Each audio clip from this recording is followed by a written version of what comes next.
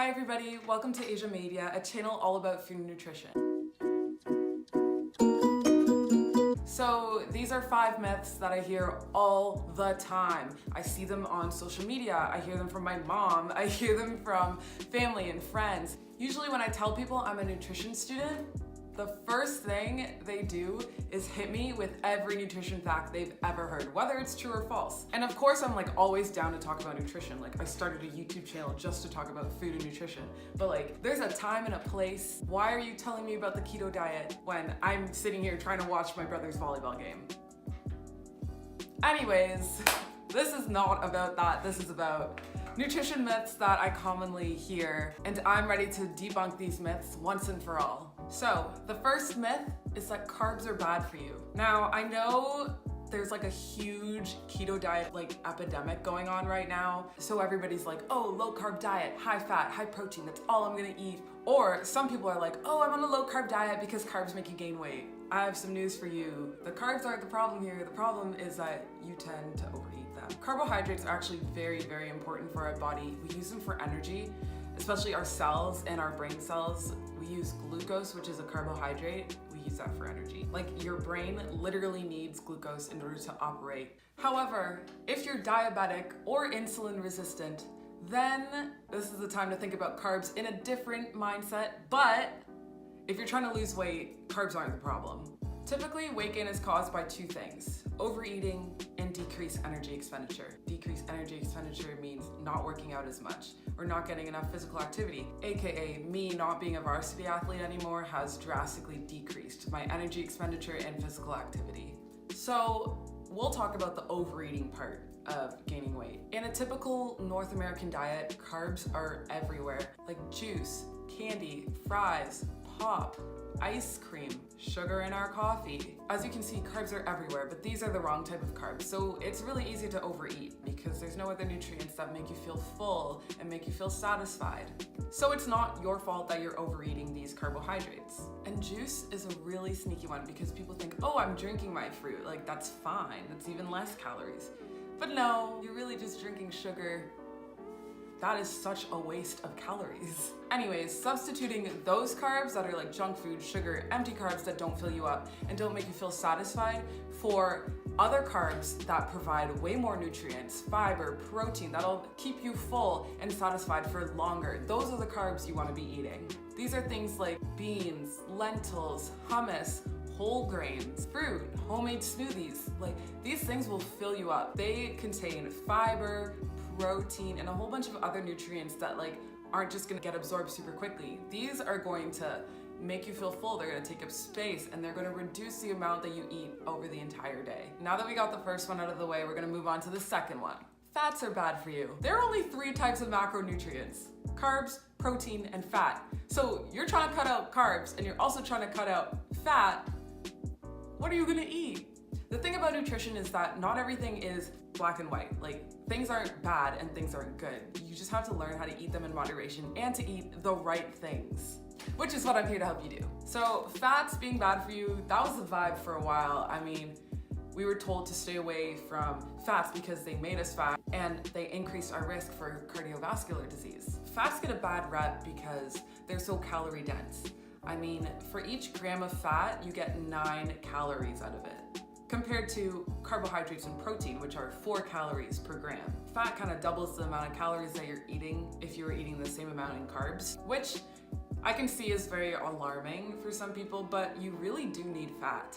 Fat is necessary for our bodies to function, especially women. Women need fat. If we didn't have fat, we wouldn't be able to have kids. We wouldn't be able to reproduce. So that seems like a pretty big problem, which is why fats are really important and we should be incorporating them into our diets. And on top of that, there are 2 types of fat that are essential to our bodies. This means that we can't make them on our own, so we need to get them from our diet. These are omega-3s and omega-6s. It's a lot easier to get omega-6s in our diet just because it's in butter, oil, whole grains. So these are things that people usually eat. Omega-3s are the ones that are a little bit harder to eat. You can get omega-3s from fish, which is probably one of the best sources, but if you don't eat fish or you don't like fish, you can definitely get it from nuts and seeds and plant oils. And after watching this video, if you're still set on like staying away from fats, stay away from trans fats, because trans fats affect our cholesterol in ways that like we don't want it to be affected by. We just don't need them. We don't need them. The third myth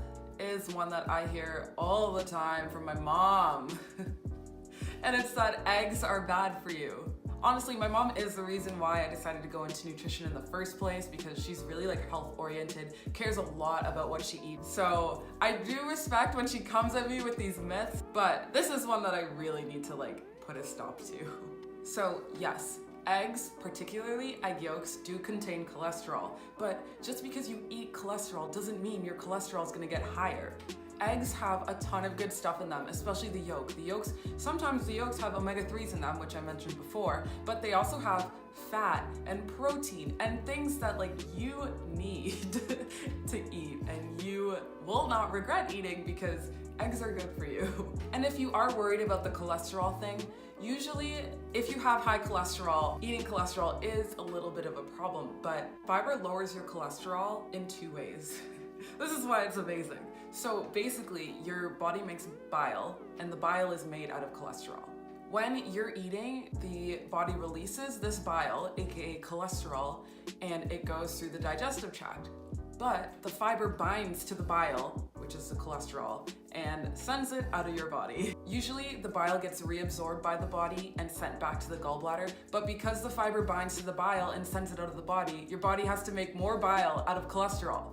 So the more fiber you eat, the lower your cholesterol is, because your body keeps using cholesterol to make bile. And that's why it's really important that we have fiber in our diet. Again, fibers are from vegetables, fruit, and legumes, and whole grains. So don't forget that, because fiber is very important. So this next one is another one that my mom would push on me all the time when I was little. And it's that high fructose corn syrup is way worse than sugar. This is not true.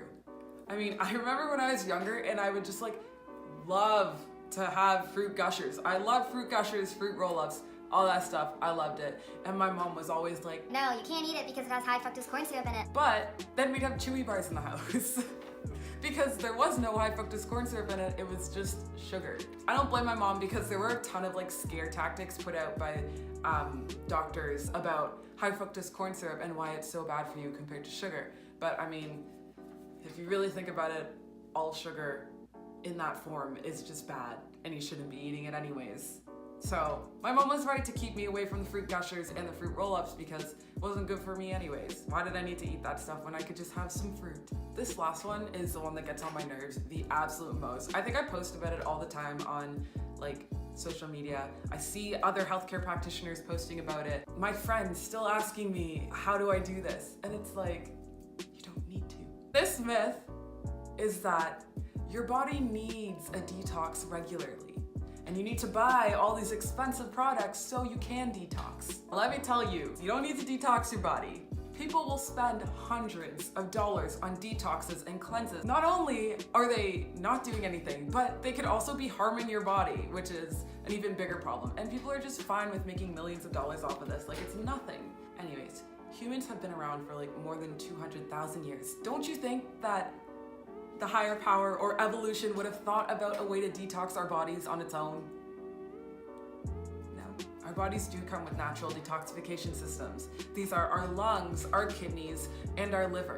These beautiful little organs do all the detoxifying for us, and we don't need to spend a dime. It just makes me wonder, what are you people getting up to on the weekends that you feel you need to detox and completely cleanse yourself of? Like, just let me know. Comment it below, because I'm very, very curious. I completely understand for spiritual reasons you want to have a clean mind and clean thoughts, but you can just do that from some tea. You don't need to spend 200 bucks on a detoxification product that might actually harm you. So these are the top 5 myths that I hear all the time, and I just really needed to set the record straight on them. So thanks for watching this video. Don't forget to subscribe to my channel. Leave a comment below about what y'all get up to on the weekends that you need to cleanse yourself of, because I'm very, very curious. And that brings us to the end of the video, so I'll see you next week.